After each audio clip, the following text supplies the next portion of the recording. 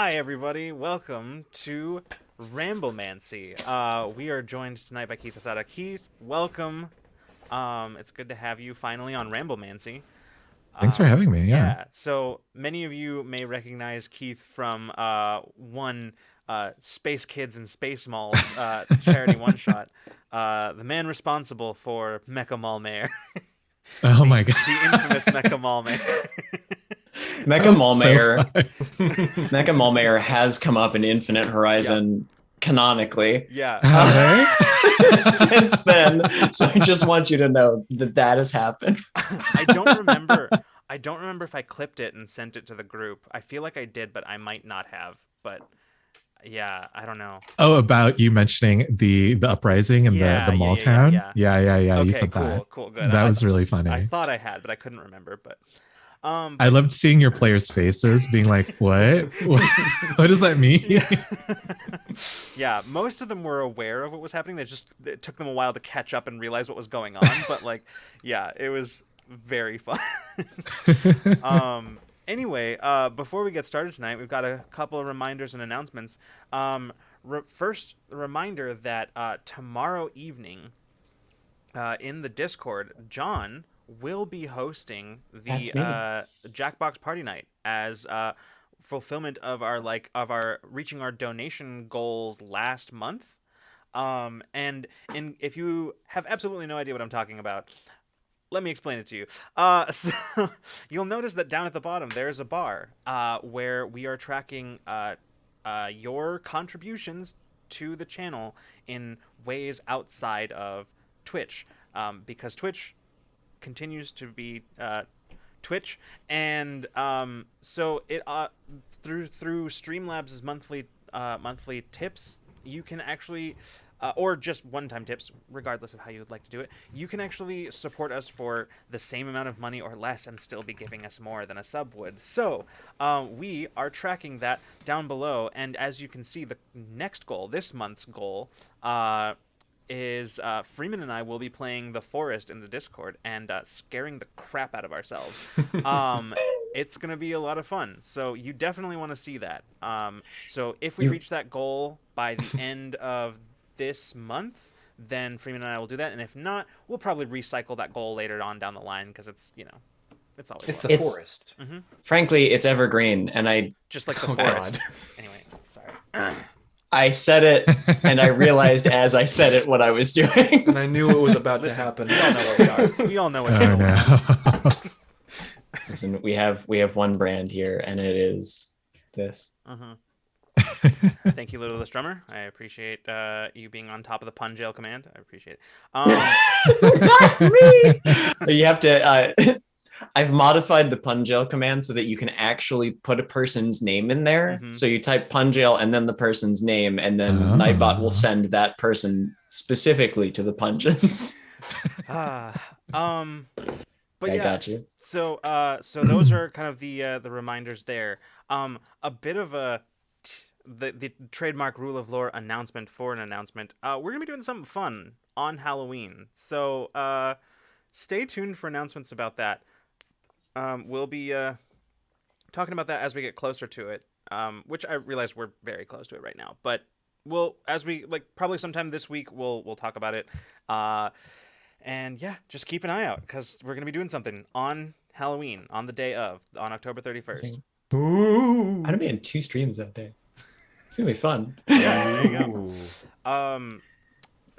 That's all we have, right? That's all the things. See, I'm doing the thing that I said I was gonna do, which is Yeah, no, we've got we've got the fridge door effect now. Like we opened it and The fridge door. you The fridge door open- effect.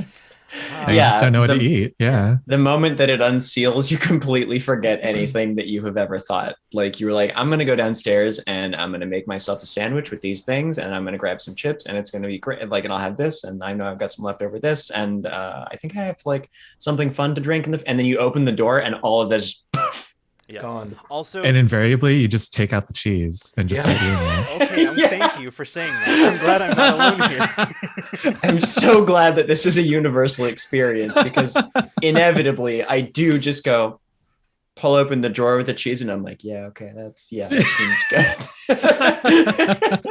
This is food. Yeah, yeah.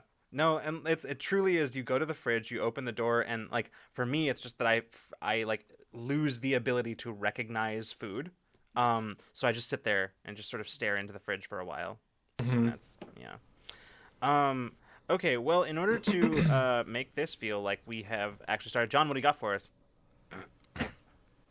This is a tradition here, Keith, where we start every Ramblemancy by me throwing John under the bus by making a start, and somehow he never sees it coming. So somehow this is more like I was like, God damn it! Earlier I was going to think of a question or something smart to say at the beginning, but then I was distracted by. I was going to say, is there a segment? Are there segments? I feel like early on in Ramblemancy, we did have segments, and then we were like, no, we have to stop. It's too professional.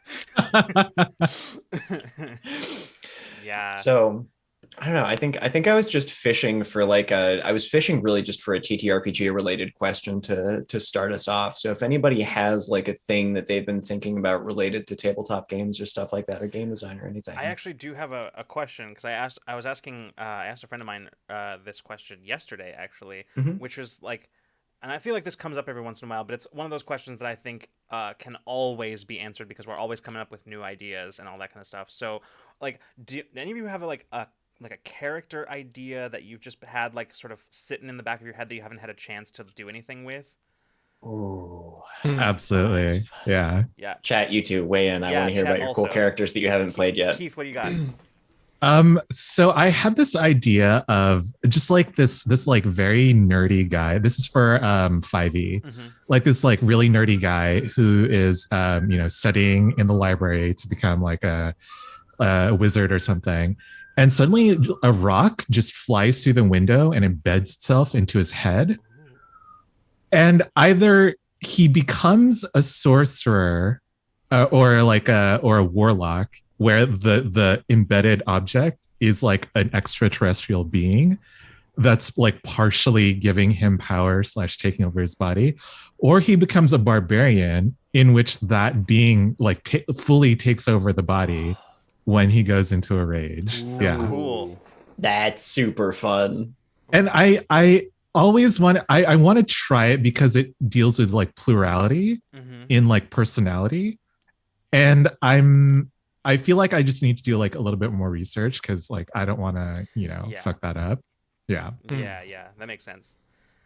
Yeah, that's so cool. I love that concept. Like any concept where there's like it's one of my favorite, I think, usually fantasy tropes, but not exclusively, but like where you have where you've got like either two consciousnesses sharing a body, or where you have like that kind of, I don't know, I just find that kind of thing really cool.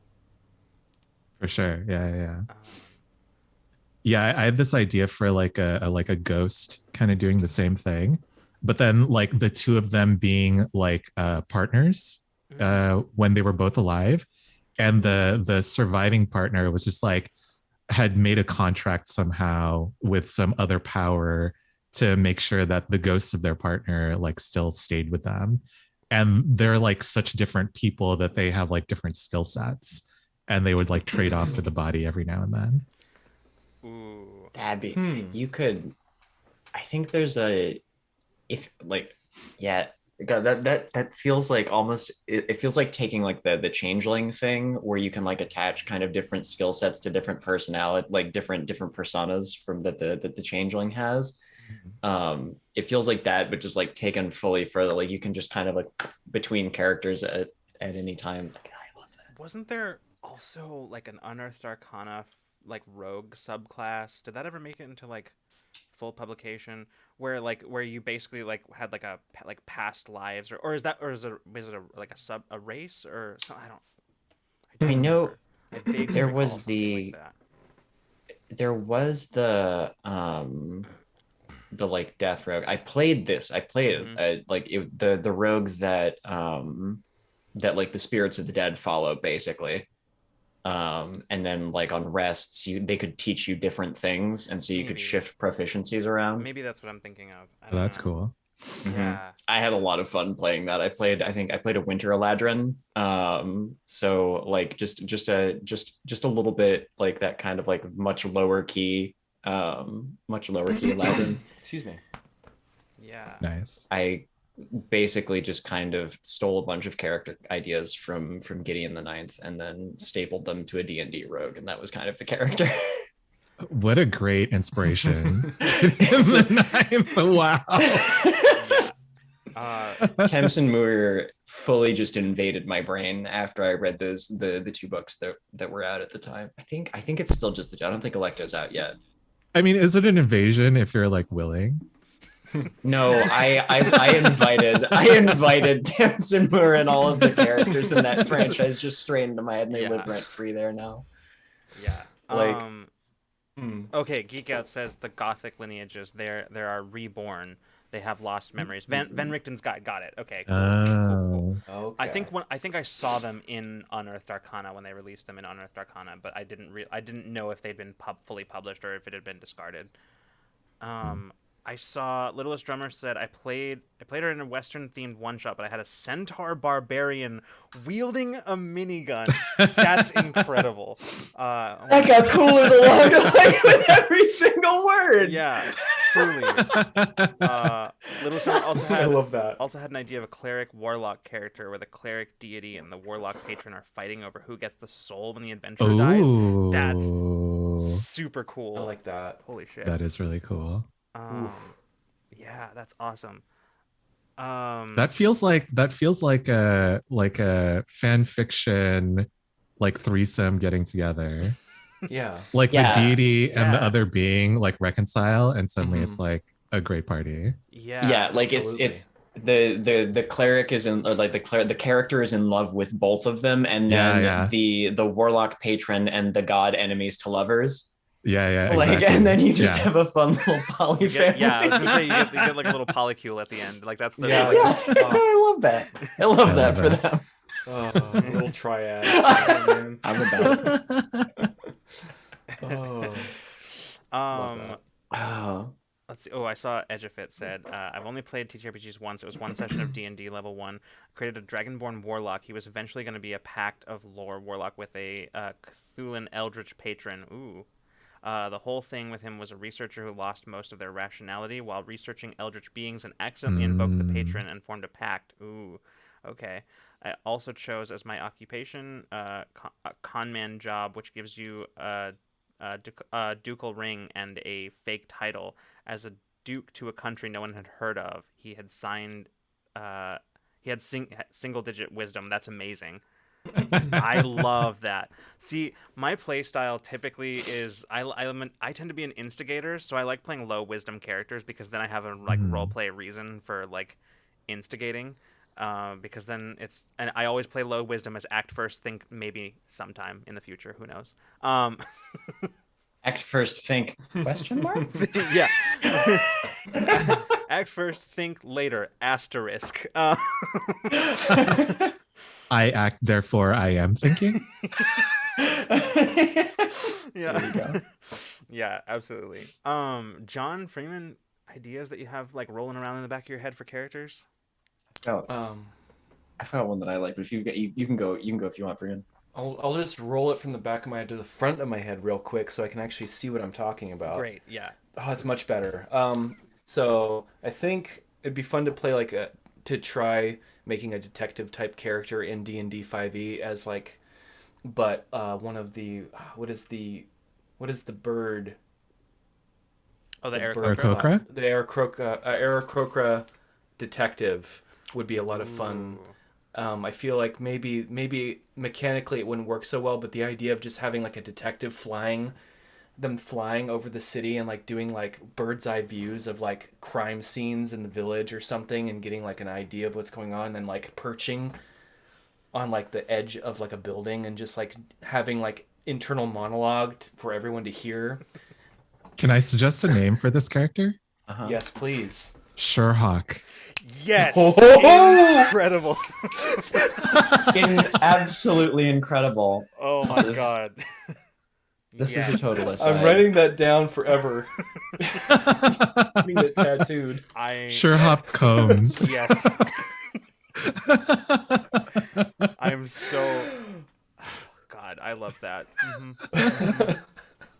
So I just now realized before I give my character concept, Keith, you said before the show that the emote that I sent along reminded you of Baby Yoda, and I just realized that I cut my hand earlier, and I'm wearing a Baby Yoda band-aid. Oh my It's God. so cute. Turtle Lord. Jill, that's Oh, you're one to talk, Turtle Lord. I see you in the Discord. I've seen you in the Discord. Yeah. you two frequent the pungeons. Let's see. Yeah. Yeah, John. Yeah. Did you? My favorite thing to do, I've just seen somebody else use my channel emote in the chat, and that makes me so ridiculously happy. I get so much joy seeing that little goblin. For those unaware, I had Twitch affiliate, and one of my emotes is done and submitted, and you can use it now. That's it. The little chaos goblin. Chaos goblin. Anyway, I think the character concept I think that I've been rolling around for a while is the idea of I love sneaking either science into like heavy magic settings or sneaking magic into heavy science settings. I just think it's fun. I like the idea of like a world in which it's like you have like a sci-fi setting for the most part, but like magic kind of exists around the periphery. And I like the idea of a character who everyone thinks is just like an amazing mechanic. Like can fix absolutely anything. And the reality is that they're useless at fixing things, but they're very good at finding homes for wayward spirits who want to do those things.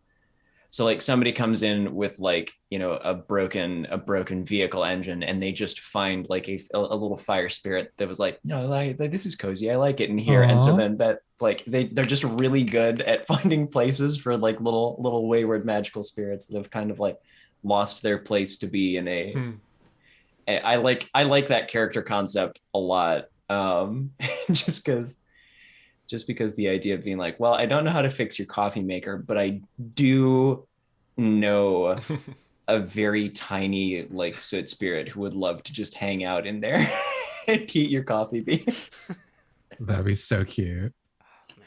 I think the one that I've had sort of for a while, just sort of, and the thing is, the reason I have forever GM syndrome, but two, most games that I do have an opportunity to play are like low level D&D games, and this is a character that I'd want to play at like mid level, so like somewhere in the 10 plus range, who is a I'm not sure what kind of paladin, but a paladin and multi-classed with a like a wild magic sorcerer.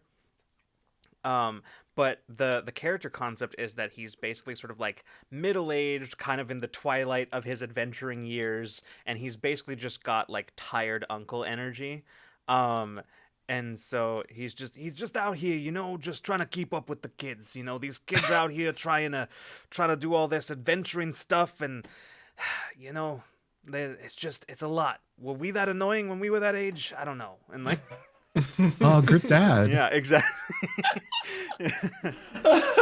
He's super grumpy, but also very proud of everyone when they succeed. Yeah. Is he a halfling? He could be, but I wasn't envisioning a halfling. I was thinking either like either human or dragonborn. I'm sort of leaning towards dragonborn because I think that would be a really like, yeah, get like tired uncle energy with mixed with dragon man. Like yeah. Very here for I'm that. just imagining this character like having heart to hearts with like other party members, and like in the background it's just like this piano, like very like after school special kind of vibe. Absolutely. Yeah. And yeah, he would definitely have to be like one of those characters that like he has all of this experience, but the bane of his existence is that all of these like hotshot new adventurers don't want to hear any of it. So he's just there to pick up the pieces afterwards. Oh God, it's being a middle school teacher. You're like, there's so many things I can tell you, but I know that you're not going to listen to me. So I just have to impart whatever I think will most help you in this moment. Yeah. You And need to then like hope. bring like a textbook and a desk and like throw the textbook on the ground, be like, all right, everyone, throw away your textbook. We don't need it for this Yeah, class. it's like, all right, everybody, we're gonna seize the day today. Carpe diem, everybody. Carpe diem, everybody. Oh my You're god. going to call roll? You don't even know our names. No, we're getting right into it. Listen to me. Look at my face. Do I look like I need to know names? Do I look like somebody's gonna remember those names? I can't fuck your name up if I just call you by the color of your shirt. You I there. want to watch this now. You there. Red shirt. My shirt's green. Not anymore. It's not. Get up. Get over here. I gotta heal that shit. Not anymore. It's not. There's a potion to cure wounds, and you're like, all right, come on, buddy.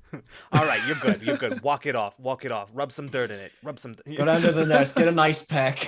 I really want to do this now. Anyway, I think the point of this is put me in your games, everybody. Cast Lucas. Oh god. Also, hi, new faces. Anne, good to see you. And then I think I see Orange peeked in, and also Rose. Oh, Hi.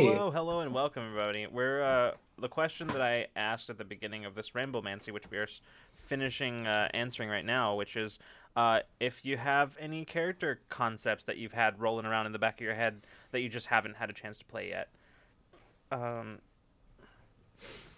Similar character of a human barbarian that's just a typical helicopter mom. Oh my god, that would also be very fun. I love playing against type. So like, I really love the idea of the barbarian being like the group parent. You know, I love that. That's so cute. Yeah, I was invited to play in my friend's home game where they're running through Candlekeep Mysteries, and so like everybody who is in that, because it's Candlekeep, everybody who's in that is a nerd of some variety, right? Because it's all about like it's at a school, and so and for me, I was thinking, because I love playing against type, instead of playing a caster, I would just play a barbarian and just like fully play against type, and because I've never played a barbarian except for in a like level 20 one shot that my friend ran where we fought Tiamat, and that was like the whole one shot. So yeah. That's so cool. So I think it'd be fun to play like a barbarian in like a very nerdy barbarian. Have like the nerd rage thing. When you said play against type, that reminded me of the character that I played before I started streaming, which was like this gnome wizard who had very like ooh energy. Mm-hmm. Excellent. And then like when my friends and I started streaming, I was so sick of being so cute and like, you know, soft and plushy that I went the complete opposite direction. I played a bard who was basically a bad mom, like Lucille Bluth as a bard. Oh, amazing. I love that. Oh my god. And I realized like after playing that for so long, like that gets very tiring too, to be like in that headspace. So now I'm like, okay, I just need to cool it down. I just need to like be in the gray. I can't be like ooh all the time. I can't be like throwing insults at everyone that I meet. And it's like, okay, just cool it down, Keith. Yeah. I'm sorry, I'm still stuck on Lucille Bluth as a bard, and my head is still stuck there. That's very fun. I love that concept. I have Verity even just said I do have a character concept. It's a kobold swarm keeper that is leading other small kobolds, and I really just like the idea of daycare dad the kobolds, just like that's awesome. Just the most irresponsible daycare kobold. It's amazing. Bringing this army of like tiny, just absolutely indestructible kobold children with him to do his bidding. Oh my god. And do they have like a rope that makes sure that no one gets lost? Yes. Okay. They're all This just reminds me. There's at least one that has like an even tiny, like a kobold egg, just fucking baby Bjorn to its chest. This reminds me. That reminds me of that episode of Community where they're like it's like 8-bit in there, like it's like an 8-bit video game or whatever, and like Abed has all Oh. those little like baby Abeds that like Yeah. that like are running around like doing all the work and like building stuff, and that's what that reminds me. Yeah, like you're Oh. setting up camp and you look over and you like everyone's doing their own thing and you look over and you see like daycare kobold just being like, all right everybody pick up. as yeah. teaching all of these kids survival skills, and that's how camp gets put. Like That's so cute. Oh my god. Oh, good. I'm sorry if that wasn't exactly the image that you had for your character, Steve, but that's where my brain went immediately when you said a swarm keeper kobold leading other tiny kobolds. That's absolutely amazing. I love like even if that's not what you do with it, that's still an incredible concept like this. Mm. Yeah.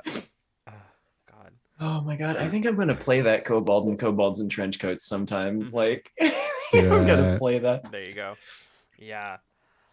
Oh man. Sorry, I'm gonna go back up and scroll up, see what chat had to say. This hurts. Herman said, I'm simply too chaotic of a player to take on a truly lawful character, but all my TTRPG characters need some sort of order in their lives so I can ground my crazy antics into some sort of reason. That's, you know what, that's fair. One of the things that I always know, I've had you in several games of mine before, and I know that you are one of those players who will always come out with like these bizarre solutions to problems that I'm like, I don't know if that would work. I guess you could try it and we'll see what happens. I don't know. And it's always, I'm either confused or very excited at your ideas, but I'm never bored about your ideas. So that's great. That tracks with what I know of your characters. I remember the time that I threw like a swarm, like something animated, used to animate objects, and they were in like a library. Nice. And so they were being attacked basically by like this living spell book and a whole bunch of animated books. And I think it was Verdiman who was like, I'd like to try and take one of the books and just shove it back into the shelf that it came from and see if that like it stops the swarm. And I was like, you know, that's actually a fucking cool idea. Yeah. That's why I love best about being a GM. When your players do something cool, you can be like, yep, that's what I intended all along. That's my Good entire job. approach to puzzles. Look, I do not have the right, like my brain does not function in the right ways to like make actual puzzles. So I am in awe of people who can. There was one person that I've played with who, like one GM that I played with who actually made like a real actual puzzle to solve, and it was very cool. It was so fun, because I do like solving puzzles. I just can't make them. But you're absolutely right, Keith. That's absolutely my approach to making puzzles in a game is I'll just be like, here's a weird situation. I haven't thought about how you're gonna get out of it. Good luck. And then they come up with something fun and interesting, and I'm like, yes, that was the solution. The one solution. Good job. The one solution. That was yes, that's what I have written down in this note card. It's totally in front of And me. there's none. There's nothing else not a single other one. What are you talking about? Nope, just No, don't open that book. Don't open that notebook. you don't need to look at my notes. You don't need to look at my notes. If you listen very carefully, you can hear the sound of the world being built in the background. Exactly. Oh god. Oh Yeah. my god. No. The thing that I love too is, especially with new players, GMing for new players is one of my favorite experiences because they always come up with just some of the wildest solutions to problems. Like I started running for my roommates the Descent into Avernus. There we go.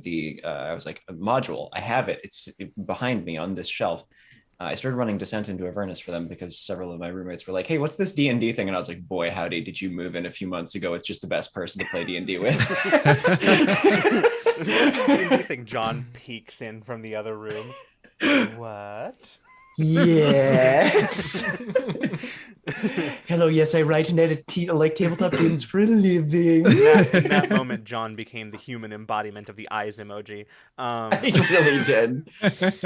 I was like, okay, so I've been doing like this freelance content creator thing and like the actual play TTRPG scene for a couple of years, and then I was trained to be a teacher before that, and I'm like, you're all new. I was made for this. I was made for this. Yeah. But like within the first session, you know, the characters get into a combat, and it's in like the upper room of this tavern, trying to protect an ex-pirate from her ex-crew who have come to make her ex alive. Thank you. Thank you. Thank you for adding to the counter. Yep. And so I had them roll initiative, and I explained, you know, what they like, what the kind of things they could do is like, so you've got an action, a bonus action, and a movement. Bonus action is usually specified, and action is like the big thing you do on your turn. You can try and do something, you can attack, you can cast a spell, and of course you can always move. And so like I finished explaining this to the group of them, and then one of the new players just looks at me and goes, I want to throw a chair at this guy. Like the druid just looks at me and is like, I want to throw a chair at this guy. And I was like, fucking go for it, man.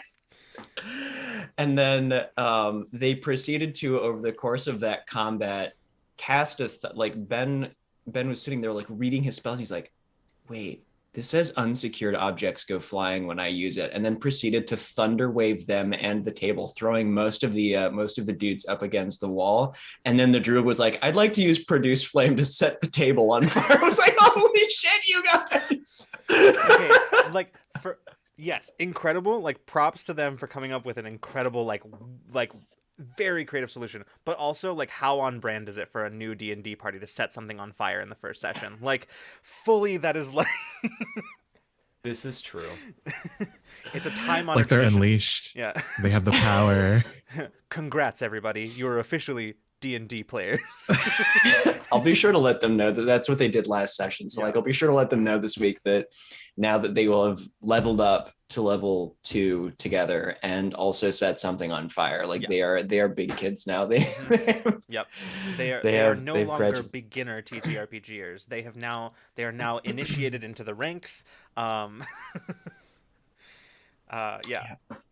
That it's funny though, because like I love that quality in a player, but I also it might be because I pride myself on being that player too. Freeman will back me up on this, but we were playing Tomb of Annihilation, and I remember I came up with a plan that literally caused the DM in front of us. He just closes the campaign book and tossed it over his shoulder, and he's like, well, we're doing this now. Was that the skydiving bit? No, it was the help the dwarves reclaim their lost kingdom that was like taken over by salamanders bit. Yep. And in the hopes that they would help us fight our way to the lost city. So he was just like, well, don't need that anymore. Look at this beautifully crafted like 300-page module that's been written by a bunch of professional writers and editors for 5th edition. Yeah. Woo! You just had to bring in narrative to it, damn it. It was also not the first time in that campaign that I caused him to stop for a second and flip through the book and go, I can't believe they didn't account for that in here. Well, let's go. Yeah. So yeah. That is my favorite thing when you're playing modules, is when your players do something and you flip a few pages and you're like, You're just like, I don't have an answer for you. yeah, we're going off-roading, everybody. Yes. Exactly. I gotta say, I did love like the lead up to Tomb of Annihilation. Like I think as far as like a sandbox, Chult is designed very well as like a setting. It has its issues as far as like could have used a few more eyes on that text for sensitivity purposes, but as far as like purely just in terms of like game side of it, it was well designed. There were lots of very interesting hooks, really like cool stuff that like really grabbed your attention and and that kind of stuff. But like Then they had to go and ruin it by putting the Tomb of Annihilation in there. Not a sponsor. Not as but yeah. But it was right up to the tomb, like you said. Yeah. Right up until we got to the tomb. I loved the parts that we like where we're starting to get into like plotting our course. So right, we get to this point, we've run out of rations, or at least we have enough rations to get back to like base and come up with the next plan and map out our course and get enough things for the next, like trailblazing kind of. I like that part. Yeah. And there's something to be said about that too, but I think I kind of get it a little bit because I'm not entirely sure. That module was weird because it was two game styles that I think aren't really the most popular game styles. One is the meat grinder dungeon, right? The funhouse dungeon is something that people don't tend to do as much anymore. And the other is a hex crawl, which I'm not sure that's really that common anymore either. Right? I mean, I feel like I don't see that too often. But yeah, I don't know. There's something about my logistical brain that just really enjoyed the whole like figuring out how we were going to get what we needed in order to make it out there, explore a bit, and make it back safely. Like there was just something about that just really appealed to me. I don't know. Yeah, actually, now that I'm beginning to write for TTRPGs as well, and I'm one of the things that I had to like change between like my GMing style and actually being like a professional writer in that vein is getting over the fact that I can't make things as open-ended as I would if I was running the game. Right. And it's like, okay, I need to figure out like situations and then solutions for them, even though like in my head I'm like, okay, this could go like 1,000 different ways depending on who your players are or whatever. But it was like really interesting to like examine myself and my hesitation to do that, to put in those resolutions and just like try to get over it, because it's like I know what it's like to like run a game, and putting a solution in is basically just like asking to do more work than you have to. But I did begin to understand like that's what these modules are for people who are like just starting out as GMs and like don't necessarily know how to improv like those solutions on the fly and like need guidance in that way. And so I was like, okay, yeah, I could do that. Yeah, the closest that you can get to, I think, doing that in terms of like game design and game writing is really just creating an axis and then creating like a framework in which people can operate, and then saying this is what it should look like. Basically saying this is kind of what it should look like when you're doing it, and here's the tools to do it. That is an interesting point though, because I never really thought about how like the shift from, because I'm kind of like you, Keith, where like my jamming style is one where like I will have a basic idea of what I think will happen, and then I just kind of let my players connect the dots between those things, and then that way like it is equal parts me planning and my players having their full agency and direct impact on like the game. But I could see how I guess I'd never thought about that from the side of like writing for modules, how you would need to be a little bit more prescriptive for some of those than you would be if necessarily as a GM. That's really interesting. I might have to think about that some more, because that's I don't know. Yeah. You kind of, it's almost like thinking, I think, an extra step past, because when you're the GM, you're like, okay, so what are the things that they might do in response to this? And you think of a couple ideas, and then like it kind of stops there. You're like, okay, well, they could do this, they could do this, they could do this, and they could do this. Now that I have those kind of like possibilities in my head, I think I can kind of riff off of whatever they interact with in those areas. And then when you're writing the module, you kind of have to be like, okay, I have to make sure that there are details that the person who's running this can latch on to riff off of. So like if I'm going to put a spooky forest that people lose memory like at the edge of town, then like I need to add some things to it. Like maybe anytime somebody tries to escape this town, they wake up the next day in like a half-made grave or something. with no memory of the night before. Like, yeah, I have to like sprinkle a few things in there that are like, here's a mystery for you to present to your players. Mm-hmm. Yeah. I'm totally taking notes on this. Thank you. This is not the first time that this a random example that John came up with on the spot was something that somebody wrote down for a potential game. It happens. It happens more often than you would think. Yeah. Like, we had Matthew Gravlin on once, and it was truly just like Matthew and I like going back and forth, going like, "Well, that's a good game idea," and then like I'd be like that, and then Matthew would be like, "Ooh, that's a good idea." So, yeah. So actually, this brought me to another question, because I was thinking about this also, because we sort of naturally kind of came into this a little bit, but like, what is a moment in a TTRPG where like a player did something that was just so incredibly creative or just really wild?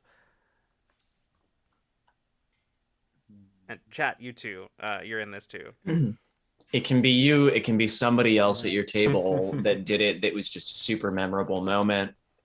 I think I know at least one that Geek Outs will think of that I was that player. I accelerate. There it is. There it is. Yeah, I was waiting for. There's no way that he'd heard me yet because of stream delay too. That's the best part about that, is I knew it was coming. I accelerate. Yeah. My poor stupid. Listen, I was new to the character, and I was like, well, I know one thing about them, and it's that they are very good at racing hover bikes. So they're gonna use the goddamn hover bike. Stop. I'm sorry, that's not in my vocabulary.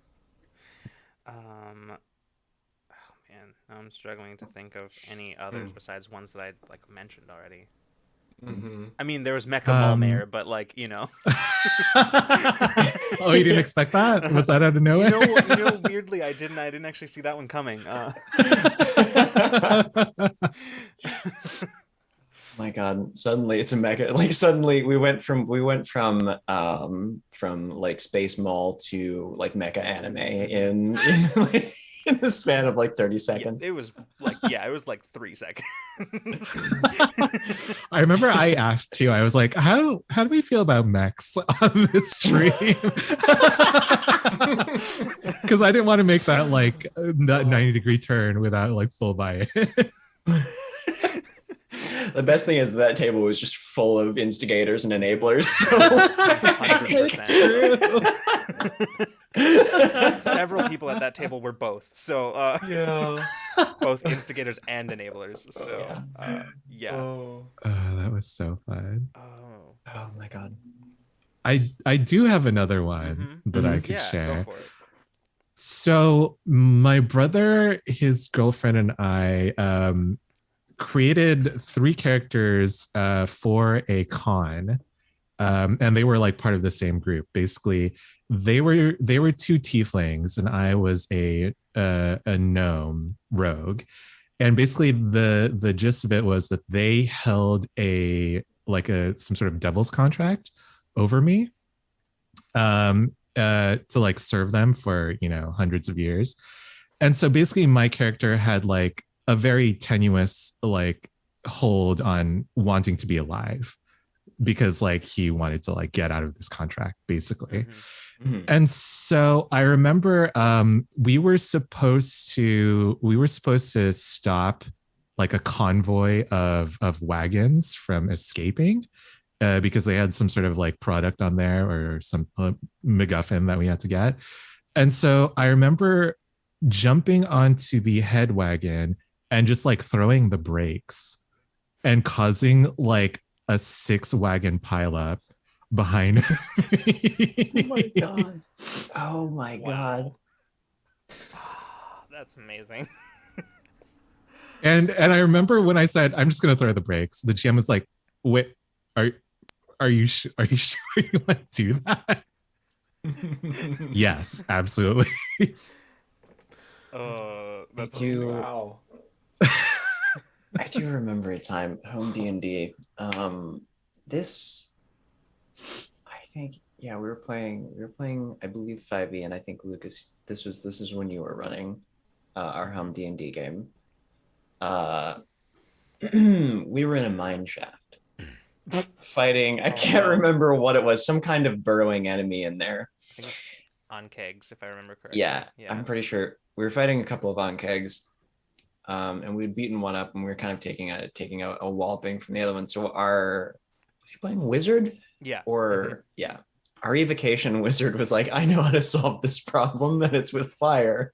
And so he casts fireball, super excited about it. He's like, I'm gonna barbecue the bugs. And he sure did barbecue one of the bugs and badly injured the other one. And then I remember Lucas was like, I'm gonna roll a D100 real quick. At which point the fireball in the confined space caused the collapse of the mine. So that combat was cut short by a fireball, which we then spent the rest of running for our lives in a skill challenge Perfect. as the place collapsed around us. Listen. Oh, skill challenges. Wow. I haven't heard that in a long time. Listen, he was not only was he was a wizard and a dwarf wizard, so like he should have known better. Low wisdom, high intelligence. Yeah. Fireball first, ask questions later. Ask questions asterisk. Ask questions. Yeah. Sorry, now that I've said fireball, and there's one person in chat who's going to get this one because they were in the game of kobolds and trench coats. But I do remember, a couple of characters went to visit a little magical bodega, both of them kobolds in a trench coat, like pretending to be a human. And their way to deal with the bodega owner who was threatening them with a shotgun of fireballs, which was just my way of flavoring a wand of fireballs, was to use the pixie spirit, or like the little water spirit that was in like the water container that just kept refilling it every time it got low, was to just like release it and flood the whole shop. Also a wild solution to a problem. Yeah. Yeah, I can see that. Yeah. Oh, man. I'm trying to think of a. The thing is, there's just been so many, and like now I'm trying to remember. Freeman, can you I think know of any the from our- one, but Yeah, go ahead. I'm trying to remember how to like from it was exactly the one from the Tomb of Annihilation where we dropped that grand distance and we fucking like Navy sealed, or not Navy sealed. I don't know what it was, but we like I don't even know how to describe this story. It was so perfect. Right. So this was a situation where we were, our party was like out to take out a dragon that had taken up residence in a mine, because we'd made a deal with the dwarves to get their mine back for them. But what we learned was that the whole mine, all the way down to the lower levels, was infested with kobold who were absolutely fanatically loyal to the dragon. And so we're like, oh my god, we need to get down there, and we like through all that and still be in a position to be able to fight the dragon at the end. Like, we can probably do it, but we like not that and fight our way through a whole like nest of kobolds.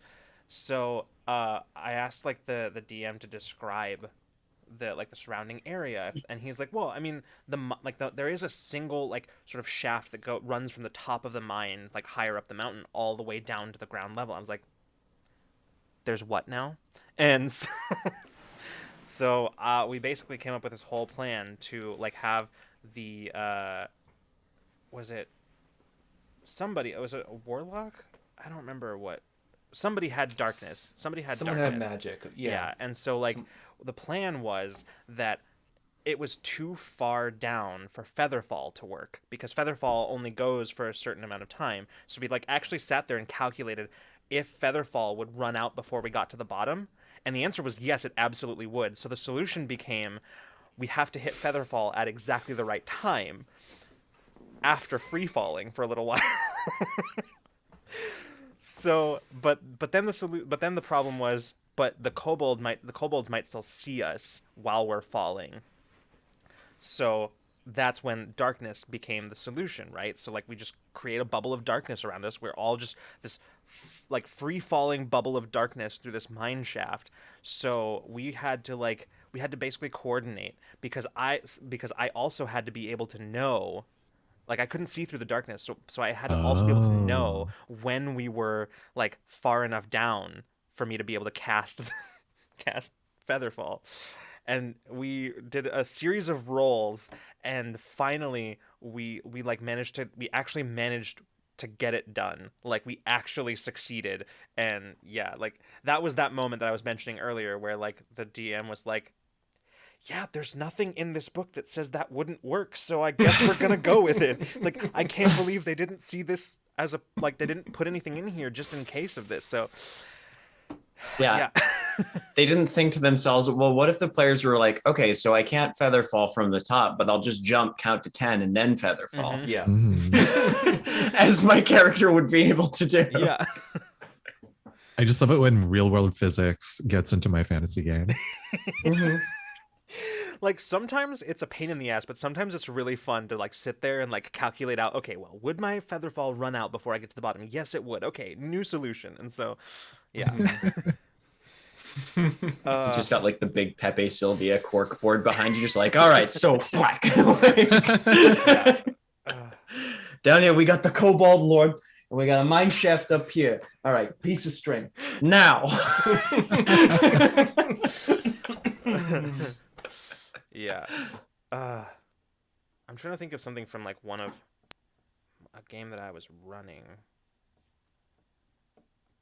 The thing is, there's just been so many that like they're all just kind of in there in my brain. I can't. Geekouts. Yeah. Geekouts has mentioned. Geekouts has mentioned like a contraption that a wild contraption that I had devised. That's some same Kobolds and Trenchcoats game. Somebody had devised a contraption that like used the elastic nature of a mimic to slingshot people across a gap. To just like pew. And I described just so many levers and buttons that they could press. And his solution, the player's solution, was to crawl inside the mimic's mouth and then pour out some just vile shit that they had found earlier in the episode. And so this poor mimic, which I described as having been defanged for the purposes of launching people. Oh my god. Just Kobold crawls into its mouth and then just pours a whole bunch, like this vial of just like horrible rancid things they've been collecting the whole episode. Wow. It was just like, I gotta give it to you. That's ingenious. Puked them across the God, just retched so violently at that right A true across the gap. projectile vomit. Yeah, truly. Stabbed you with. That's right. I forgot about the scorpion on a stick. Wow. Oh god. Oh no. You blame that poor mimic had already been through so much just to get to the point in its life that it was, and then And now this. now this. Oh, this is all one of the games. I've heard whispers that a few other people have run this, but I wrote a game called Lasers and Feelings hack called Kobolds and Trenchcoats, in which you play a group of kobolds who have stacked on top of each other's shoulders inside a trench coat to pretend to be a human adventurer. And this was that game. this was that game. I love that. Sorry, I couldn't tell. Eduardo, my scorpion on a stick. Everything's fine. Fine. Whoa. It's all good. Everything's good. Nothing has broken over here. Everything's completely fine. Nothing's broken over here. I What? completely believe that. I believe that Yeah. 100%. Yeah, nothing fell on the floor. I didn't spill anything. Everything's completely okay. No, I just couldn't tell if like it was my glasses that were blurry, if it was my eyes, and one is distinctly more concerning. So, True. it's my glasses. Spoilers. Okay, good. Spoilers.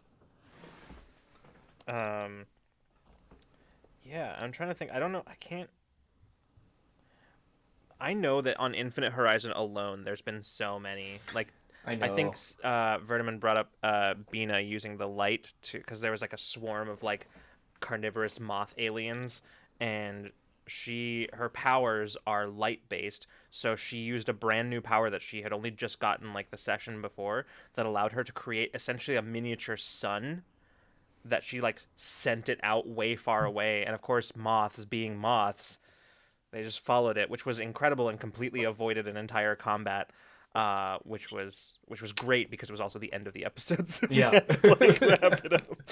So It was um, perfect in multiple ways, yeah, including like time-wise, mechanically, and theatrically as well. yeah. Absolutely. And then the way that it played out is Caitlin's actual lights in her room like flared up for some reason at that moment. Like, so That's yeah, right. That's cool. yeah. Um, let's see, what was? Yeah, man. I'm Yeah, struggling. actually, Yeah. that reminds me of like a more recent wild moment. Mhm. My players were not having a good day with their rolls, and so they were fighting against like this terrible like eldritch horror basically that I had concocted. And I was like, I in my head I was like, I don't want to kill anyone this session, but I need to ratchet up like the tension. And so basically like their thing is that their plan was that they had set dynamite inside of this crumbling mansion, and their plan was to blow it up when the eldritch beast was in a proper spot that would be crushed underneath the weight of the building basically. And so I was like, that the beast starts a fire and the entire building just starts burning, and it gets closer and closer to your dynamite basically. And they were so panicked. I feel like i I gave that brought up the tension so much more than the beast actually like impaling one of the players on like its horn. Yeah. Mhm. I was like, okay, got it. Interesting. Huh. That's it's interesting to me, right? Because like, I'm glad you said that because like it just makes me think of all the various ways that I found like over years of GMing to challenge players and to raise the tension without putting death on the table. Mm-hmm. Like there's so many ways to do it. There's so many ways to do it. And so like anytime people argue about like needing high lethality in their games to keep the tension up, I'm like, You're not trying hard, my friend. You're Mm-hmm. Yeah. you're not trying hard enough." And like in fairness, like there's definitely a time in my growth as a GM where I didn't know any better way to do it either. But yeah, but to make a statement that it's like, "Oh yeah, this is the only way to do it." I'm like, "No, my friend, not at all." I'm smarter, not harder. Yeah. Well, it's like Hmm. in Cypher, right? I think I've finally now after several years of GMing a Cypher game on stream. Now that we're in our final season, I've finally figured out how best to challenge players, especially of a high tier in Cypher. Um, and it's not the same way that you would do it in D&D, right? In D&D, you'd think, oh, like harder monsters or like more minions in the fight or whatever, like make the encounter bigger, right? In Cypher, you have to remember that you're running a marathon, not you're not sprinting, because in Cypher it's all about exhausting their resources. So like you challenge the higher tier characters by forcing them to run a marathon, not by hitting them harder. Mm. And that I think is very interesting. It means that you've got to like throw a lot more challenges that are going to require them to expend resources along the way, which I guess technically is kind of the way that you're supposed to do it in D&D, but in D&D it also works just as well to throw a harder encounter, and so like you tend not to run it the other way. But yeah, like I think it's it's interesting because it doesn't just vary by approach, it also varies by game, like how like the different ways to raise tension and challenge players, which I think is, I don't know, I just think that's cool. um, I agree with that, and it also varies by like the challenge itself. mhm, Like if it's a more social challenge, then the tension is raised in like completely different ways. For example, in our last season, I remember that one of my players had started a relationship with an NPC, and that NPC was like very reluctant to like do any violence. And I think near the end of the season, my player tried to convince their I think it was a BF at the time, fantasy BF, to like help them do a thing to like get the big bad. And my player failed. And so I was like, they say your boyfriend says yes, and they just like throw themselves into it, and eventually they turn into like this terrible like warmonger, you know, a complete like like savage, like jingoistic person because of like this failed convince roll basically. Oh my And god. it's and I feel like those tension, that sort of like ratcheting up is like so much worse, because my player tried to sway this NPC like from that path, but it just kept coming up bad rolls, and it's like just keeps digging himself deeper into that mindset. Yeah. Well, and that's the thing, right? Like I think so often like the going wisdom is like you use their connections to like NPCs to raise tension and drama, but I think that also too very often gets translated into kill off their favorite NPCs, which is like not the thing. Like there's so many other ways that you can, especially with NPCs. Like with encounters, your options are a little more limited, but like with NPCs, oh my gosh, you could do so much with NPCs besides killing them off.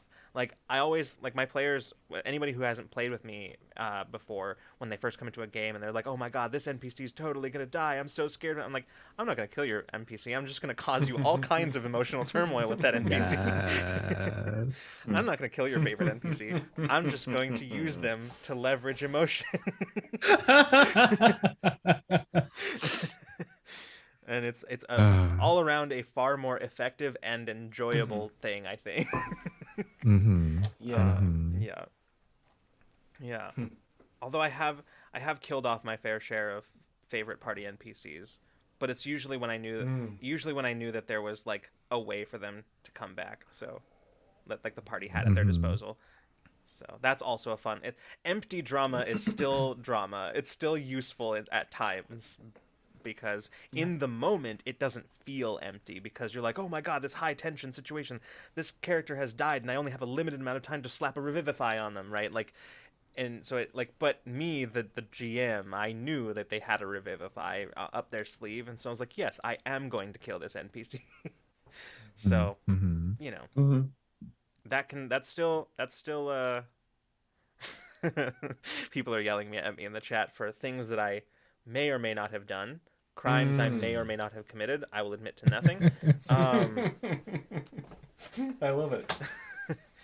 But yeah, I'm thinking about the time that I accidentally killed an NPC and then turned it into a quest into a bubble of dream in the negative plane to save their soul from an eldritch entity, and that was super fun. I was like, Nice. I could have just let them die here, or let them just slap a revivify, and I was like, or I could do something kind of fun. yeah, That's a treat for yourself. Yeah. truly. Treat for GM Jonathan. We're getting a little fun. We're gonna get a little funky. We're like level 5 or 6 or something. Just makes it interesting. GM can have little and mind palace slash dreamscape as a treat.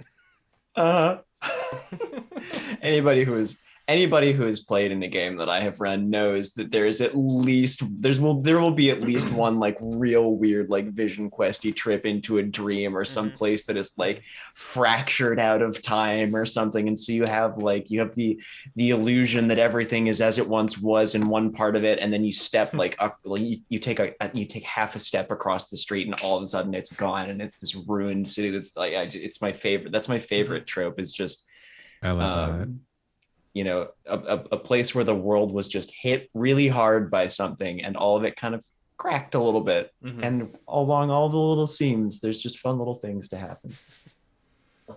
I guess that's a good question. Like, Nice. what tropes are we guilty of Ooh. Oh, in God. TTRPGs? I could like that's a good start, John. I could also contribute in that I'm guilty of the trope the worst monsters were humans all along. Mm-hmm. Yeah, That's a good. We love that one. Absolutely. We love it. We love it. It's one of the things that made me fall in love with the original Witcher game right away. Yeah. Is because like they fully did that in that game, and I was like, I hope this doesn't awaken anything in me. Yeah, 100%. I'm 100% behind that. Yeah, it was a dream the whole time. Is when I love dreamy stuff for sure. When dreams are a thing. Yeah. Yes. That's a fun one too, right? Because like it's in if you're writing like a story, it's easier to get away with that in a TTRPG because if you're writing a story, it's hard to write the like and you wake up and the whole thing was a dream without making it so then what the fuck was the point of the whole story, right? Like that's my biggest thing Yeah. with like when people like not to bring up the not to put this not to talk about too much about this, but the wizard books, we'll go with that. The wizard books, like there was like a thing a while back where like somebody was talking about how like that like a fan theory that like the whole thing was happening in the mind of like a mentally disturbed boy, and that was Harry, and the whole thing was just sort of like an escape into like Yeah. whatever, kind of like that movie Sucker Punch. You remember with kind of like that a little bit, and I was like, okay, sure, but like I hate that number one and only because it means none of it mattered in the end. It's like what is the point of that ending? But in a TTRPG, you don't have to worry about that because you're not writing a story. You're just playing you're having an experience, which I think is the whole like dream thing. You wake up from a dream, and it's way easier to get away with that in a TTRPG. Totally, yeah. Or using the dream as a way to like discover something that you had to find out in real life, right? Yes. I think that's where I was trying to go with that thought, because I always love in real life when you can like if you're coming across a problem, whatever it is in like a creative sense, and then using your sleep, if you can get any, which I understand is a hot commodity nowadays for some of us in this economy. Using thinking about a problem and then like sleeping on it and then having the dreamscape kind of thing. So I always think about that in terms of how could that work in a game, like dreaming up the solution. Yeah. On a related note, I think if we're talking about tropes that we're guilty of, I think I'm very guilty of the classic like the kind of like trials or crucible trope, right? Like where everybody has this like you must prove yourself worthy kind of thing, right? Like I'm very guilty of that trope. I don't think I've done it in Infinite Horizon because science fiction has sort of it's not really a trope that fits super well in science fiction except for in very specific cases, but like I think that's one that I'm very guilty of in my like fantasy games. Mm-hmm.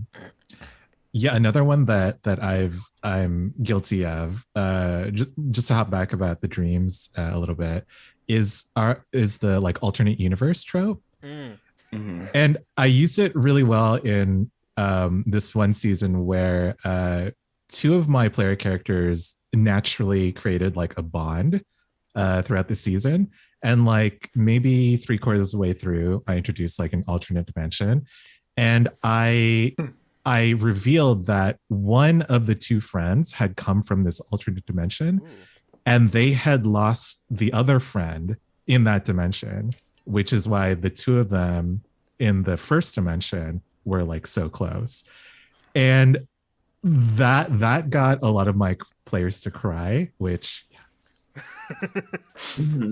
but also it's like I just thought of that week. I was like, oh shit, what if? Yeah, that's a very very good one. Mm-hmm. related to that, I thought, like, because of you saying that, I thought of another one that I do, which is related, which is, uh, it's more of a tool than anything else, but it's also turns into kind of its own trope, which is the helpless or wildly unqualified NPC trying to do something that then makes the party feel responsible for them. That is The anti-Gleer.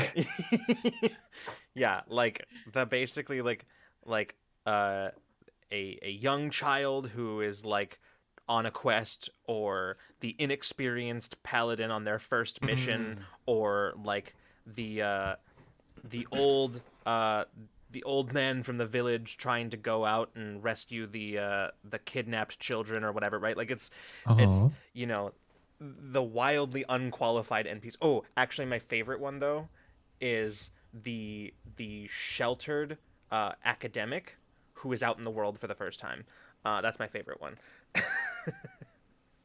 that's a really good one.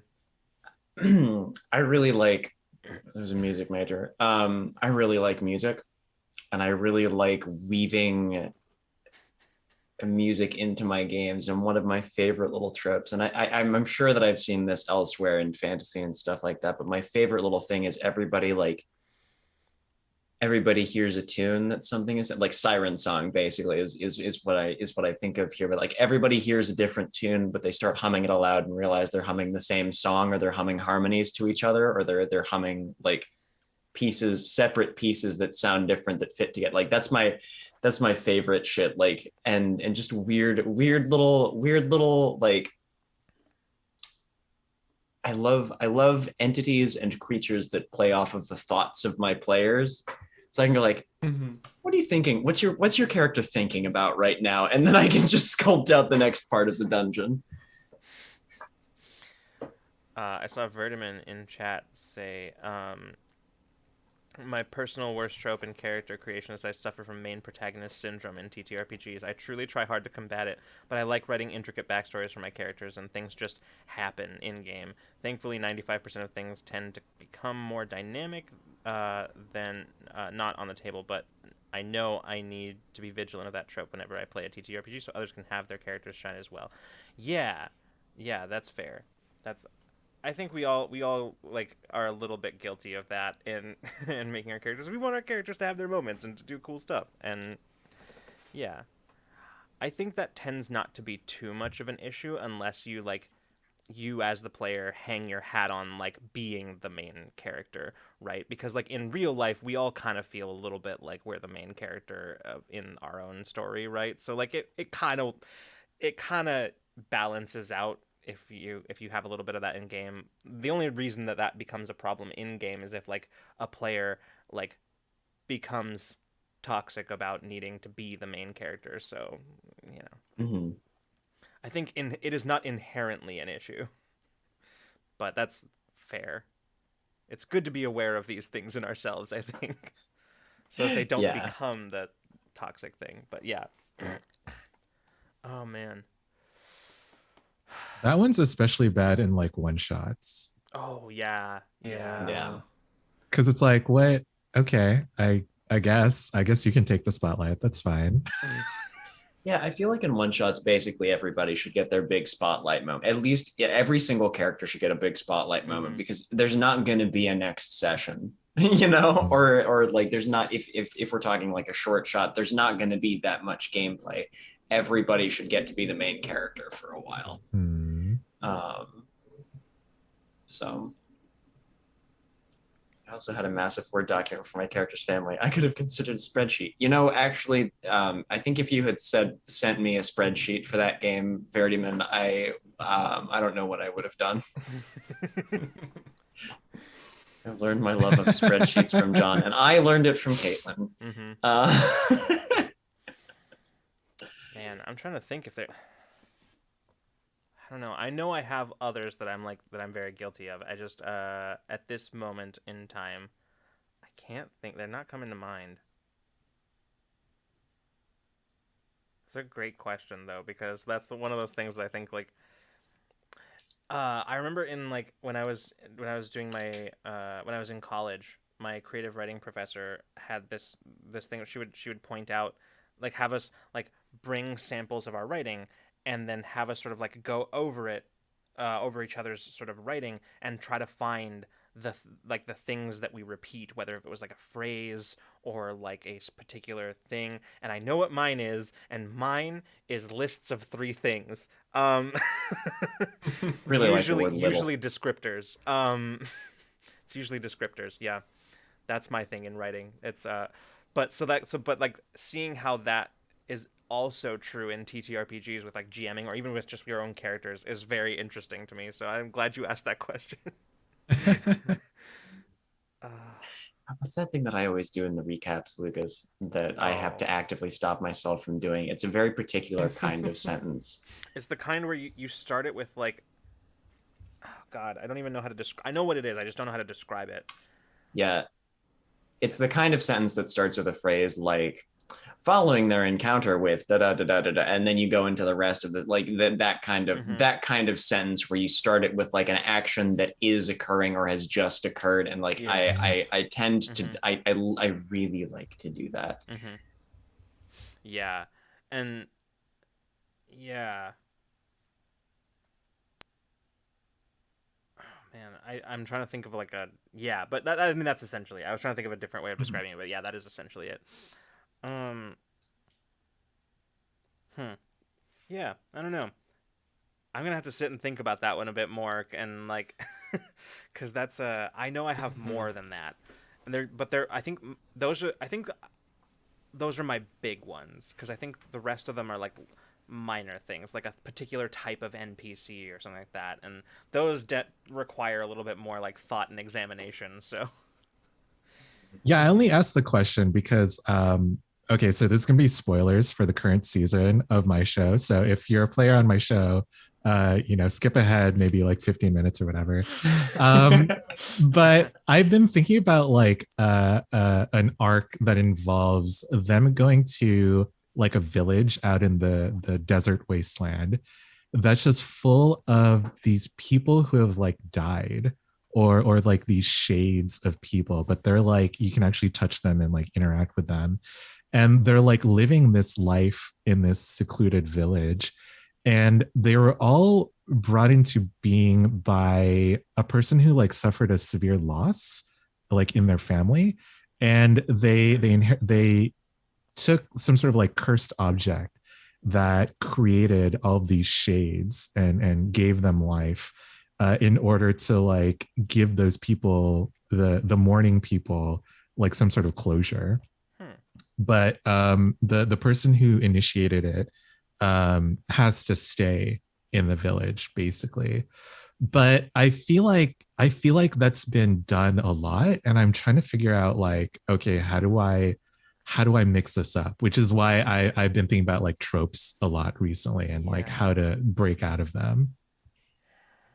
It's interesting. I wrote a entry for a supplement for a Monster Hearts 2 supplement. It was basically a bunch of small towns. And the one that I wrote was basically this place that was just day by day, person by person, little thing by little thing disappearing. Like something was slowly just eating up this place between places. And my idea was basically like, what if you had some enormously powerful being that was just so very incredibly lonely that it tried to live in the experiences of other people, but as it did, it drew them to itself. It just kept pulling things away, and every time it did that, it just picked away little pieces of reality. And that was like, it kind of similar vibes though. Like everybody here is kind of like lost. It's this weird liminal space, and something here is just one by one kind of picking away at the things that remain. I love that. I think I called that, I think the name of the town I decided on was Siren's End, which was very fun for me. I had a lot of fun writing that town. Nice. I thought I had one that I was like coming up with that I was remembering, but it is now I got lost in like listening to you guys talking, so it's gone. So Yeah. Actually, I think that does kind of bring us to the end of our time, unfortunately. This is definitely like one of those conversations that like Keith, we're just gonna have to have you back sometime to like talk more because Yeah, of course. Anytime. yeah. Um so before we go off, everybody, thank you so much for coming by, hanging out. Thank you to everybody who followed and to everyone who donated tonight. Thank you so much, everyone. Y'all are great. Um, some quick little end of stream announcements and reminders. Tomorrow night at 6 p.m. Pacific in the Discord, John will be running a Jackbox party night. We'll be hanging out there, doing some wild and chaotic stuff with some Jackbox as sort of the sort of fulfilling the goals from the donation goal from last month. So that's going to be happening tomorrow night. Usually there'll be a faster turnaround on those. It's just that this time it just so happened that our only free night, usually free night of the week, was taken up by Republic City Rumble. So yeah. Yep. So that is happening tomorrow night, 6 p.m. Pacific time. This week is a regular week. We have Infinite Horizon back on Wednesday at 6 p.m. Pacific time. Our Sci-Fi Supers TTRPG run in the Cypher system by Monty Cook Games. And of course, a week from today on Ramblemancy, we'll be back with a very special guest, another return guest. The one and only Rick Budd will be back next week. So Rick will be back to talk with us about something. We have it. We just don't remember it. That's probably true. I do know this for a fact. Okay, good. So yeah, Freeman kind of curates our list of Ramblemancy topics and guests and stuff like that. Freeman is the great ramble chronicler. I have big shoes to fill. Yeah. So we'll let you know about that as it becomes more relevant throughout the week as we get closer to it. But yeah, that's pretty much our week. So yeah, everybody. Keith, why don't you tell everybody where they can find you, what you do, where they can find you, etc. Yeah, sure. You can find me on Twitch at Total Party Chill, where on Sundays I play D&D, and on Monday